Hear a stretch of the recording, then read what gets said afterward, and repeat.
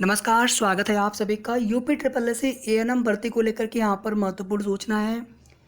और हमने आप सभी से कल जो कुछ भी या परसों जो कुछ भी चीज़ें बताई थी उसमें कुछ चीज़ें क्लियर नहीं हो पा रही थी, लेकिन यहाँ पर लगभग जो है अब सभी चीज़ें धीरे धीरे क्लियर हो रही हैं और सिर्फ यहाँ पर ऑफिशियल नोटिस का इंतज़ार रहेगा।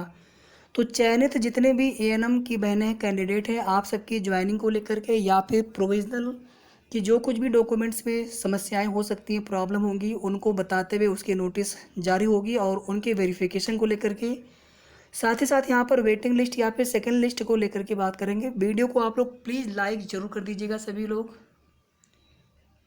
लाइक करने के बाद शेयर आप कर सकते हैं, लेकिन लाइक आप सभी ज़रूर कर दिया करें।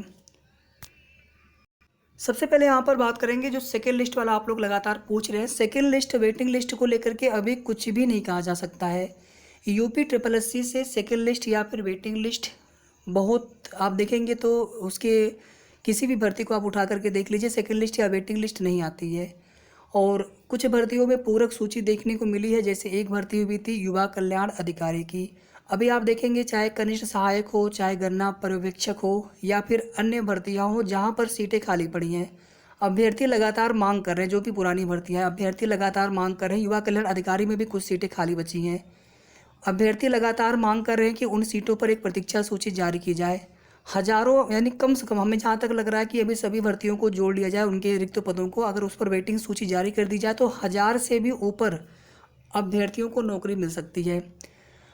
जब भी इनका नोटिफिकेशन आता है या फिर जो इनके नियमावली है उसमें वेटिंग लिस्ट का प्रावधान किया जाना चाहिए। अभी जो लेखपाल की परीक्षा हुई है उसमें भी वेटिंग लिस्ट 25% वेटिंग लिस्ट की बात वहाँ पर कही जा रही थी कि वेटिंग लिस्ट का प्रावधान जो है आयोग करे, ताकि हर भर्ती में जो है अपने आप वेटिंग लिस्ट आए। तो इसके लिए कोशिश करनी होगी हम सभी को मिलकर के वेटिंग लिस्ट को लेकर के आयोग से बात करनी होगी कि सर इसका प्रावधान किया जाए। आखिर सीटें खाली क्यों छोड़ी जाती हैं, कोई भी सीट खाली क्यों छोड़ी जाती है जब आपके पास योग्य अभ्यर्थी हैं। उन सीटों पर किसी को नौकरी मिल सकती है, कुछ नंबर से जो अभ्यर्थी रह गए सेलेक्ट होने से उनको भी ज्वाइनिंग मिल जाएगी, उनकी भी नौकरी लग जाएगी, उनके परिवार में भी जीवन में खुशी आ जाएंगी। तो इसका प्रोविज़न इसका प्रावधान जो है किया जाना चाहिए, ताकि कोई भी सीट खाली न जाए किसी भी भर्ती में, चाहे आपकी भर्ती में हो या फिर आने वाली भर्ती में। तो उसके लिए हम सभी को कोशिश करनी होगी और आयोग में इसके लिए हम लोग प्रयास करेंगे, बात करेंगे कि सर वेटिंग लिस्ट जो है जारी की जाए। जब भी भर्ती होती है, ज्वाइनिंग होती है, जो भी सीटें खाली रह जाती हैं या जो अभी सीटें खाली पड़ी हैं उन सभी सीटों को लेकर के वेटिंग लिस्ट का प्रावधान किया जाए, चाहे 380 सीटें हो एसटी कैटेगरी वाली। इसके बाद देखिए जो यूपी ट्रिपल एस सी आयोग ने भर्ती आपकी कराई है एएनएम 9212 की, ये भर्ती आपकी हेल्थ डिपार्टमेंट से जो अधियाचन प्राप्त हुआ है वहाँ से कि कितनों पदों पर कैटेगरी वाइज भर्ती करवानी थी, और उसी के अनुसार जो विज्ञापन आया, परीक्षा हुई, फिर डॉक्यूमेंट वेरिफिकेशन के लिए रिजल्ट आया, फिर डॉक्यूमेंट वेरिफिकेशन हुआ और फाइनली जो है रिजल्ट जारी हुआ 8831 का। तो अब यहाँ पर जो है ज्वाइनिंग की जो भी प्रक्रिया प्रोसीजर है ये आपकी जो है आपके विभाग से होने वाली है। लगभग समझ लीजिए इस पर बस एक मुहर लगनी है, बाकी ये चीज़ें जो है लगभग यहाँ पर तय मानी जा रही है कि जो भी भर्ती प्रक्रिया, जो भी आगे की ज्वाइनिंग प्रोसेस प्रक्रिया होगी वो आपके डिपार्टमेंट से होगी। जो कुछ भी होना है, चाहे उसमें जिला प्रेफरेंस की बात हो या फिर ज्वाइनिंग लेटर की बात हो या फिर ज्वाइनिंग कराया जाना हो या फिर जिला अलाटमेंट की बात हो, सारी चीज़ें आपकी विभाग से होने वाली हैं। बस इसको लेकर के जैसे ही ऑफिशियल नोटिस आएगा तो उसके बाद ये चीज़ें तुरंत कन्फर्म हो जाएंगी, लेकिन अभी तक जो है लगभग यही चीज़ें होने वाला है। और ये भी है कि जो प्रोविज़नल है इनकी भी ज्वाइनिंग सबके साथ हो सकती है, मतलब जिनका प्रोविज़नल नहीं है उन्हीं के साथ प्रोविज़नल वालों की भी ज्वाइनिंग कराई जा सकती है। और इस पूरे प्रक्रिया में समय लगेगा, थोड़ा सा आपको धैर्य बनाए रखना होगा। 2-4 दिन, 5 दिन, हफ्ता, 10 दिन में ये चीज़ें नहीं होने वाली हैं, थोड़ा समय लगेगा। इसमें आप सभी को पेशेंस रखना होगा और समय समय पर हम जो भी जानकारी रहेगी आपको बताते रहेंगे, कोई भी उसके बारे में अपडेट रहेगी। तो प्रोविज़नल के लिए पहले नोटिस आएगी। इसमें सबसे पहले जो अभी तक जानकारी मिल रही है कि प्रोविज़नल के लिए पहले नोटिस जारी कर देंगे। प्रोविज़नल पर काम चल रहा है, प्रोविज़नल की जितने भी अभ्यर्थी हैं हर कैटेगरी में, तो आपके ऊपर काम चल रहा है। और उसमें चूँकि हर दिन कोई ना कोई अभ्यर्थी जाते हैं वर्किंग डे के आयोग में कि क्या कमियां हमारे डॉक्यूमेंट्स में हैं उसको बताया जाए और उसी हिसाब से हम अपने उन डॉक्यूमेंट्स की कमियों को दूर कर सकें, ताकि हमारे ज्वाइनिंग में कोई भी प्रॉब्लम ना आए। तो ये चीज़ें आयोग से बताई जाएंगी या तो फिर आपके हेल्थ डिपार्टमेंट से, अगर चूँकि ये भी हो सकता है कि प्रोविज़नल की और सबकी फ़ाइल जो है आयोग भेज दें अपना, कि जो भी आगे की प्रक्रिया है प्रोविज़नल से संबंधित हो या फिर ज्वाइनिंग से संबंधित हो, तो सारा कार्य जो है आपका हेल्थ डिपार्टमेंट कराए। तो दोनों चीज़ें हो सकती हैं। ज़्यादा चांस है कि आपकी जो फाइल है वो आपके विभाग को भेज दी जाए और उसके बाद फिर जो है प्रोविज़नल वालों के लिए वहीं से नोटिस जारी हो, प्रोविज़नल वालों को बुला करके वहीं से उनके वेरिफिकेशन करवाए जाएँ। उनके जो भी दिक्कतें हों डॉक्यूमेंट्स में उसको वेरिफिकेशन के माध्यम से सही कराया जाए और उसके बाद जो है सबकी ज्वाइनिंग एक साथ करवाई जाए। ठीक है, तो उम्मीद करता हूँ कि आपको सारी चीज़ें यहाँ पर क्लियर हो गई होंगी, चाहे ज्वाइनिंग को लेकर के या फिर प्रोविज़नल के वेरिफिकेशन को लेकर के या फिर प्रोविज़नल वालों की ज्वाइनिंग को लेकर के।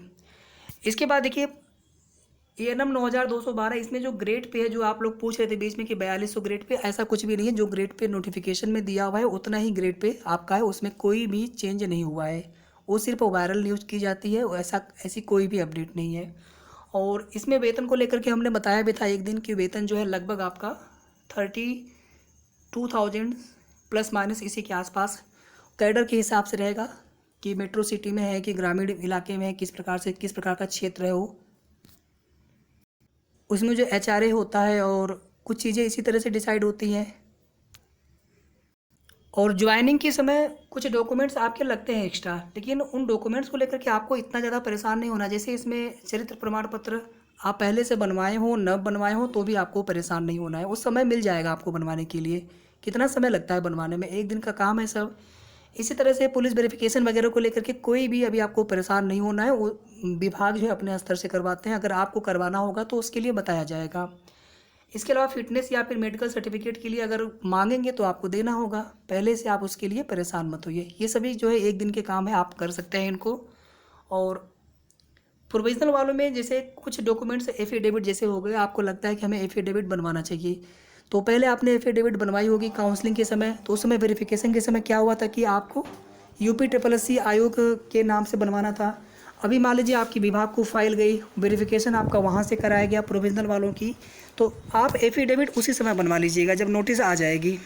ठीक है, 1 घंटे का काम है, बाकी तहसील आना जाना बस जो उसमें समय लगे, वहाँ से तो बहुत समय लगना नहीं है। तो फिर ऐसा ना हो कि अभी आप बनवाएं UPSSC के नाम, फिर आगे आपको फिर से बनवाना पड़े उसे, वो आप उसी समय बनवा लीजिएगा। बाकी कोई डोमिसाइल हो, EWS में हो, कोई कास्ट में कोई करेक्शन हो, कोई उसमें या फिर उसमें कुछ नया बनवाना हो कुछ, वो सब चीज़ें आप ज़रूर करवा लीजिएगा। हमने सिर्फ एफिडेविट के लिए बोला कि एफिडेविट अगर आपको बनवाना हो तो आप बाद में बनवा सकते हैं। बाकी कोई अन्य डॉक्यूमेंट्स जो आपको तैयार रखना है या किसी आपके डॉक्यूमेंट्स में कोई कमियां रह गई तो उसको आप अभी से सही कर लीजिएगा। अगर यहाँ पर जिला प्रेफरेंस मांगा जाता है, डिस्ट्रिक्ट प्रेफरेंस मांगा जाता है तो फिर वहाँ पे ठीक है, चीज़ें हो सकता है कि जो संविदा कर्मी जहाँ पर है वो जिला जो अपना चाहते हैं उनको वही जिला मिल जाए, बाकी जो फ्रेशर हैं उनको जो है मेरिट के आधार पर उनको जिला अलाट कर दिया जाए, ये भी हो सकता है। ठीक है, तो कुछ भी हो सकता है, और बाकी चीज़ें थोड़ी सी कन्फर्म होने पर मैं आपको बताऊँगा। और अभी तक की जो भी अपडेट थी हमने आपको बताने का प्रयास किया है इस वीडियो में। आपके मन में अगर अभी भी कोई सवाल हो तो आप लोग पूछ सकते हैं, और वीडियो को आप लोग लाइक ज़रूर कर दीजिएगा। धन्यवाद।